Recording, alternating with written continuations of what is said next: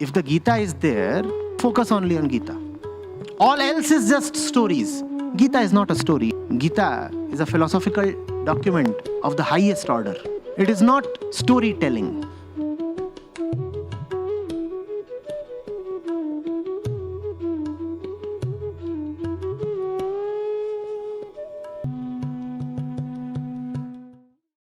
Welcome, everyone, to the second East-West Dialogue on Climate and Justice. My name is David Blockstein. I'm the co-director of Solve Climate by 2030, a program of the Bard College in New York. This discussion with Acharya Prashant of the Prashant Advait Foundation of India is part of our worldwide teach-in on climate and justice.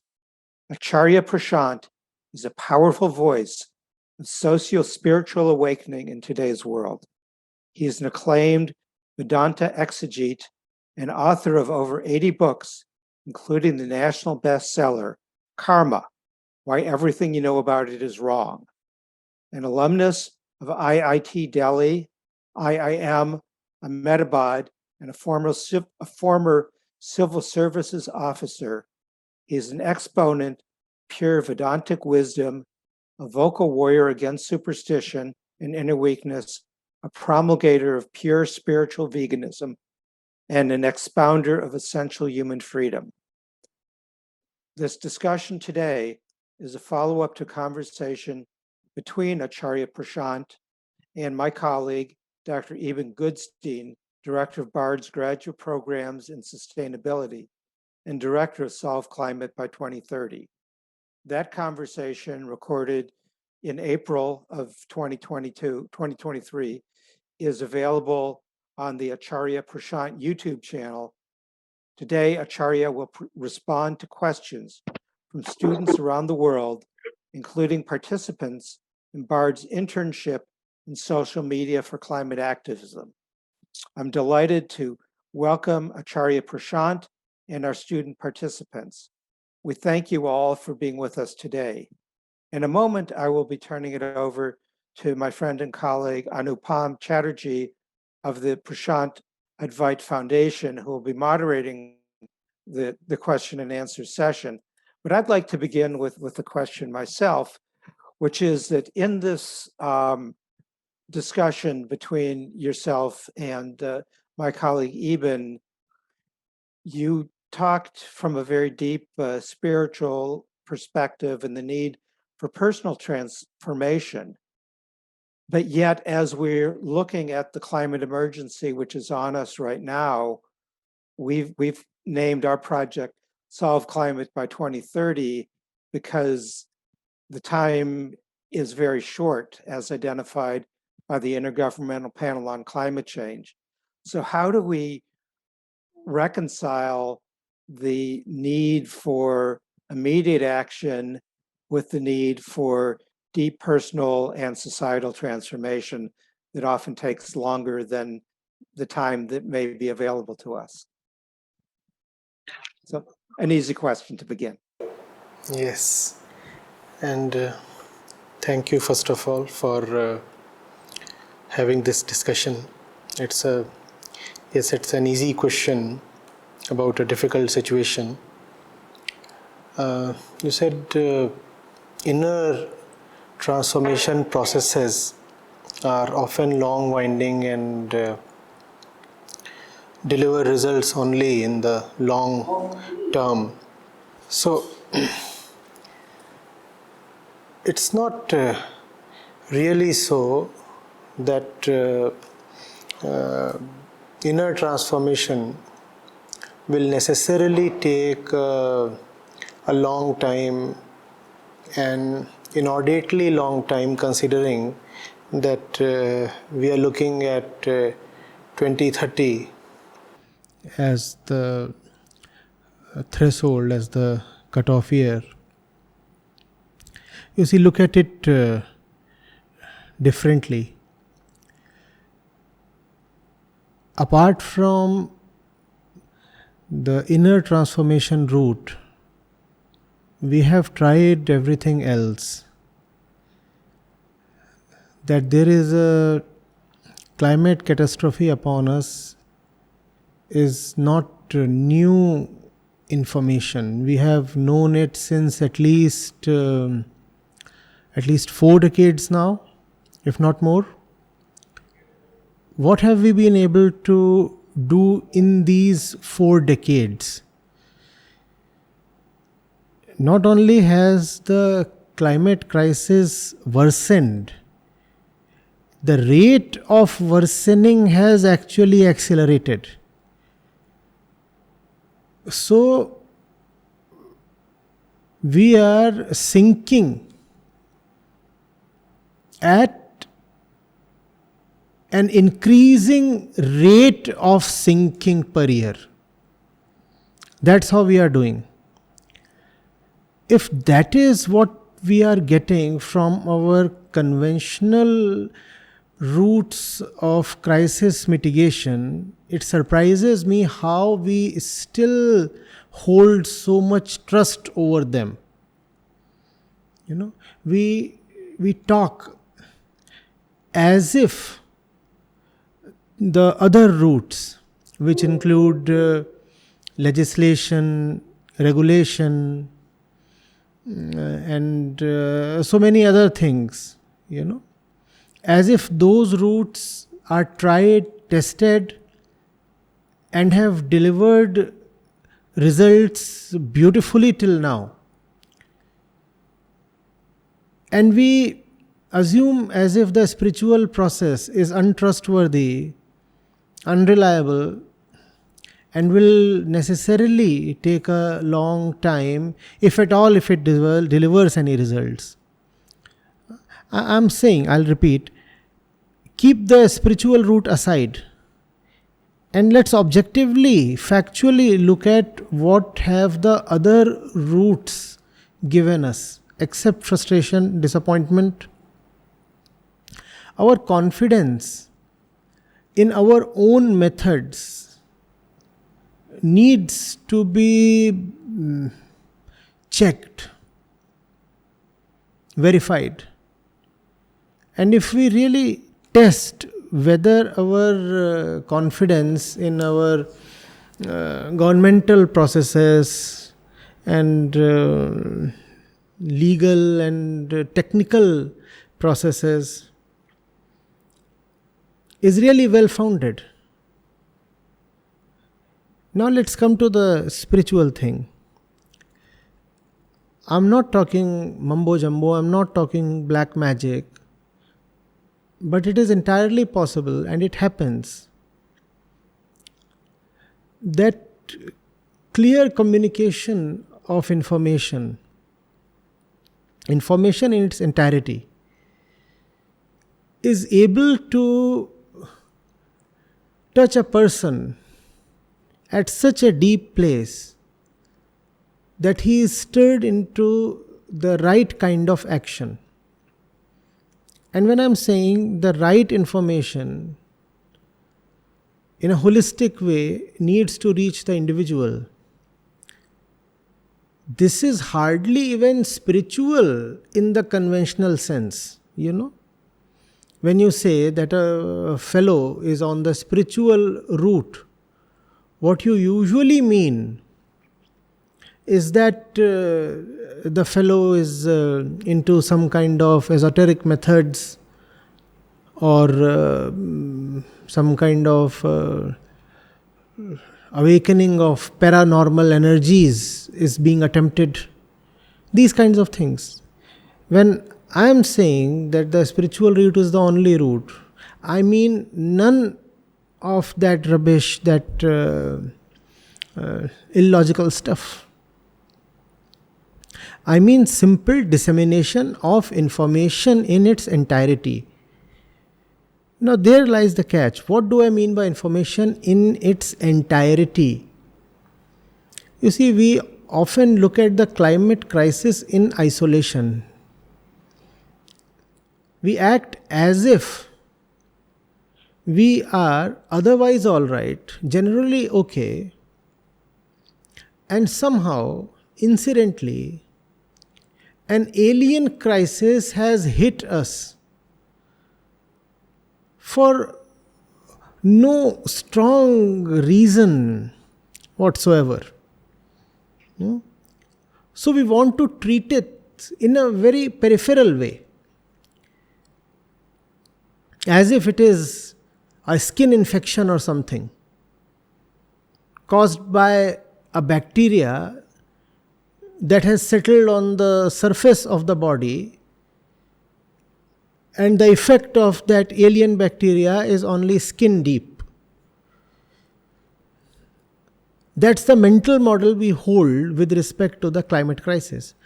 On the other hand, what I am talking of is the right diagnosis of this crisis.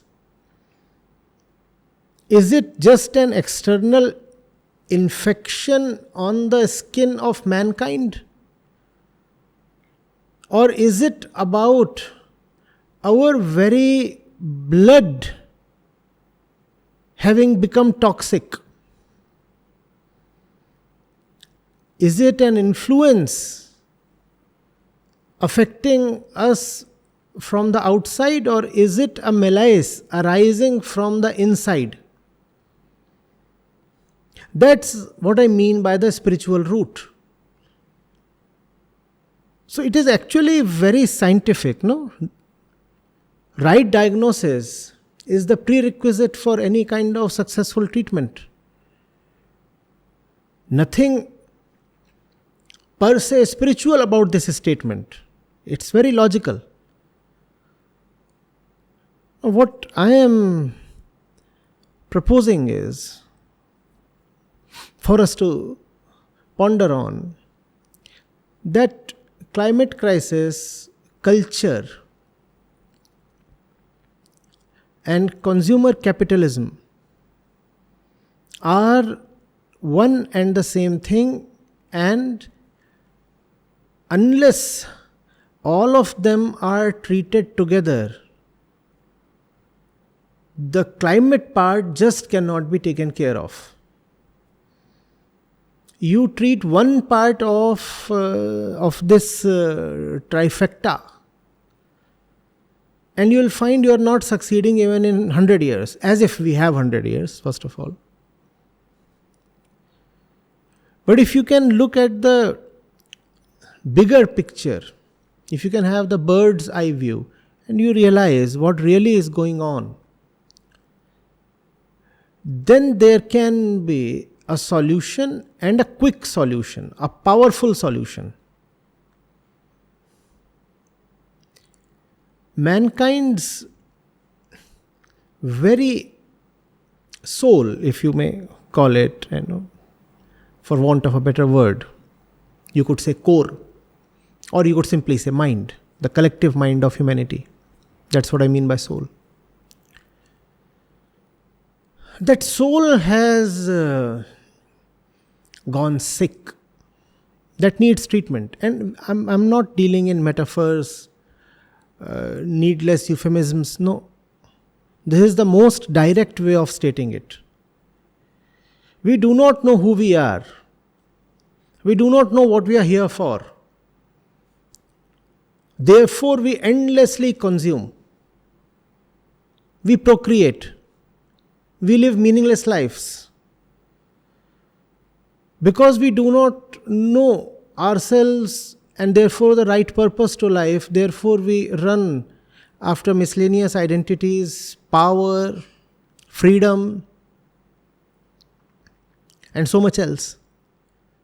And all that is externally manifested as climate change.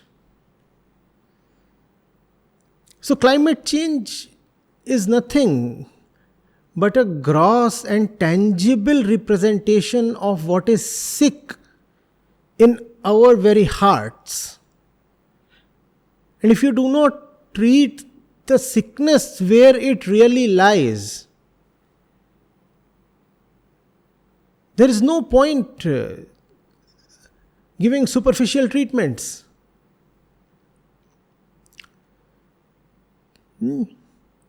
Like applying ointments to the skin. When the symptom on the skin is just representative of a problem far deeper. The good news is, this far deeper problem is actually easier to solve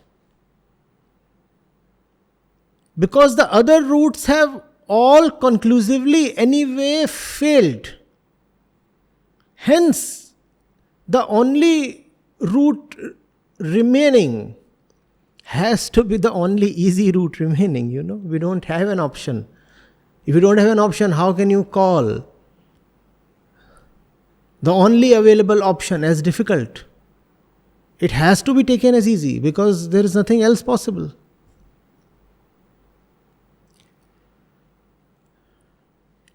Tell people that they need to tackle climate change and they'll be indifferent. Everybody is indifferent.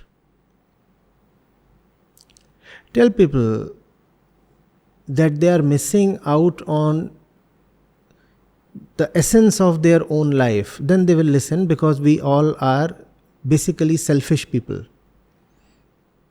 Climate crisis appears far too general, a bit too far in time,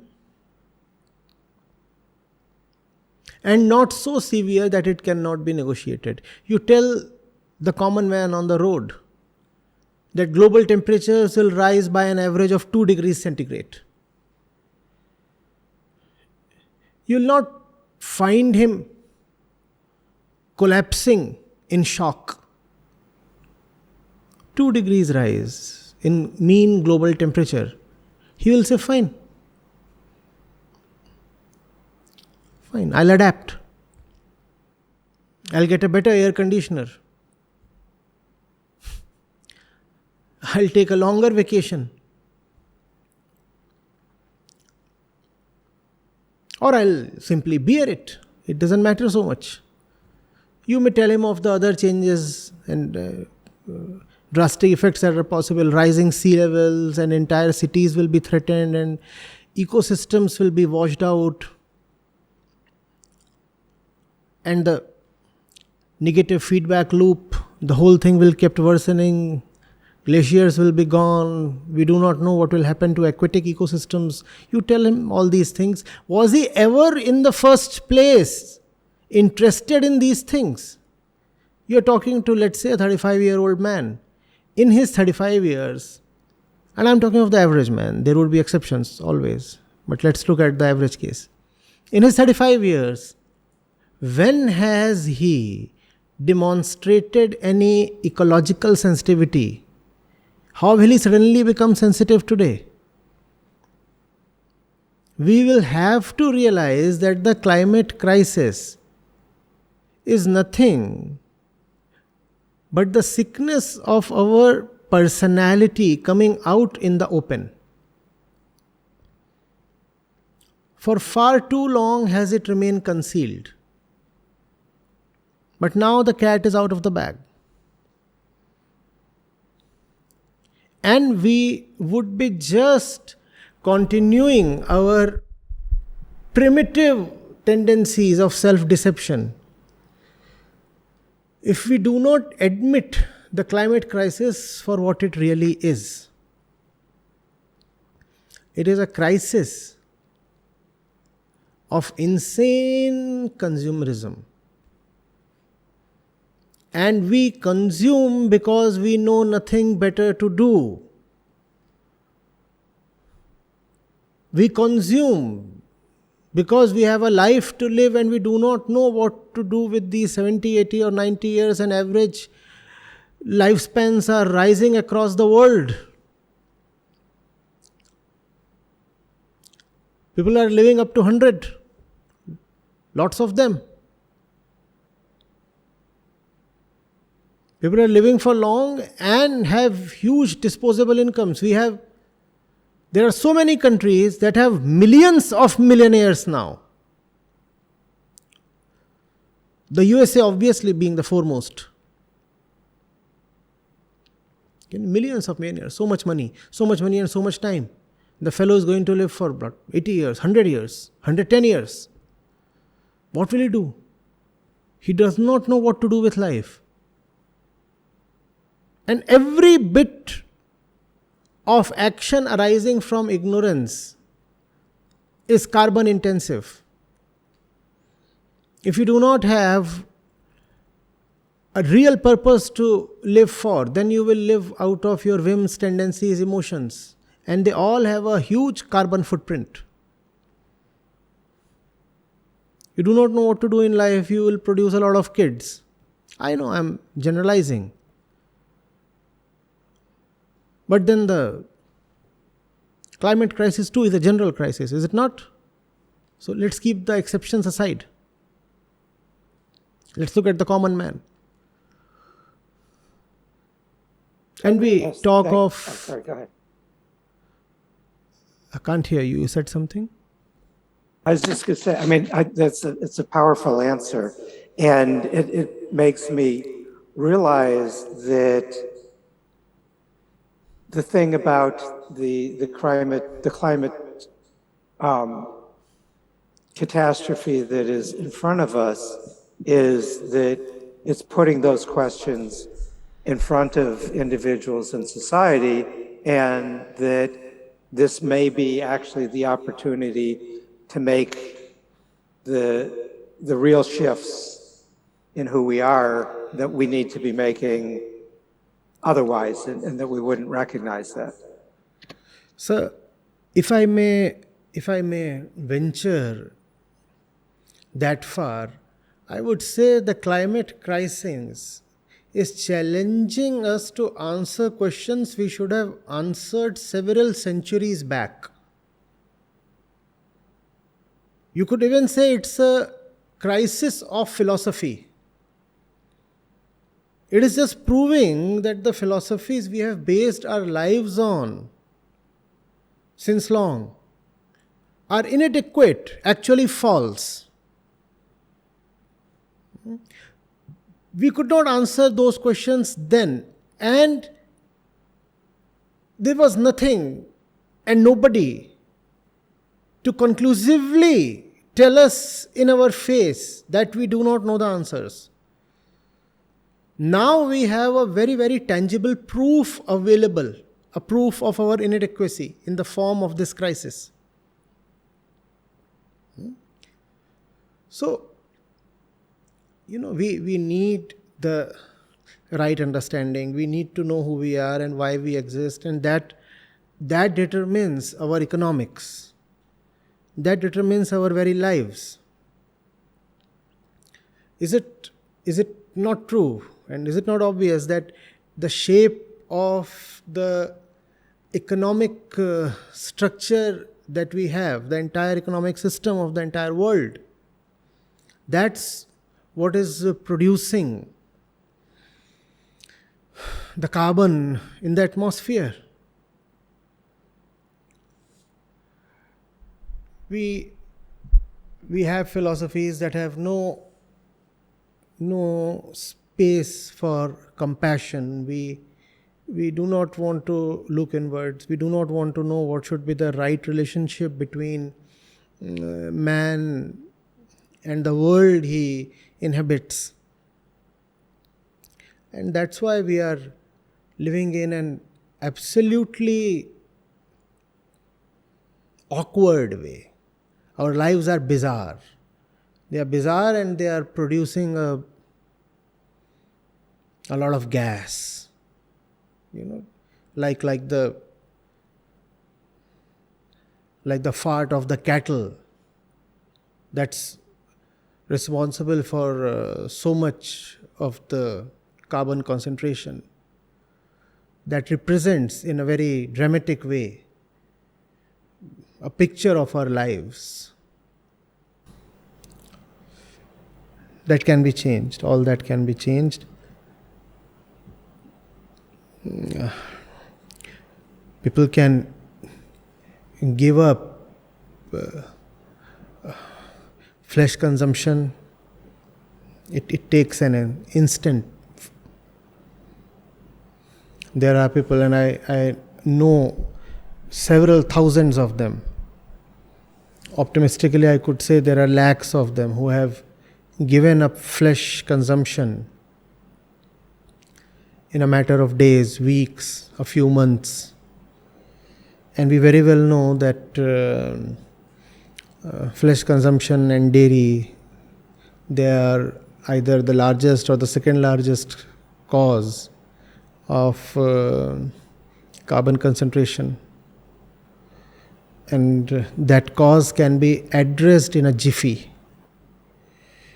Because the climate crisis is a crisis of the choices we are making. And since we are the chooser, the choices can immediately change. A lot of them. A few are structural, that may take a little more of time, but there is a lot that can be immediately done if we can show the total picture to the human being. And the total picture must include his own face. If the climate crisis remains something outside of ourselves, we will not be too interested in tackling it. It is a crisis inside of us, not outside of us. If it is shown to be a crisis inside of us, I know I'm repeating these ideas, but I think I need to, so I'm taking that liberty. I hope you'll pardon. It's a crisis inside of us. And when we see that it's a crisis inside of us, we'll be more interested in tackling it. Because as we said, we are all selfish people. Let's use that selfishness constructively.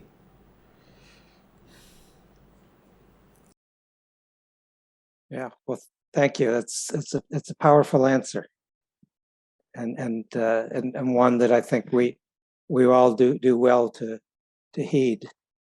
We have students who've been also thinking and have questions that are also powerful questions. So I think we should yield to them to ask some questions that will, I think, enlighten all of us.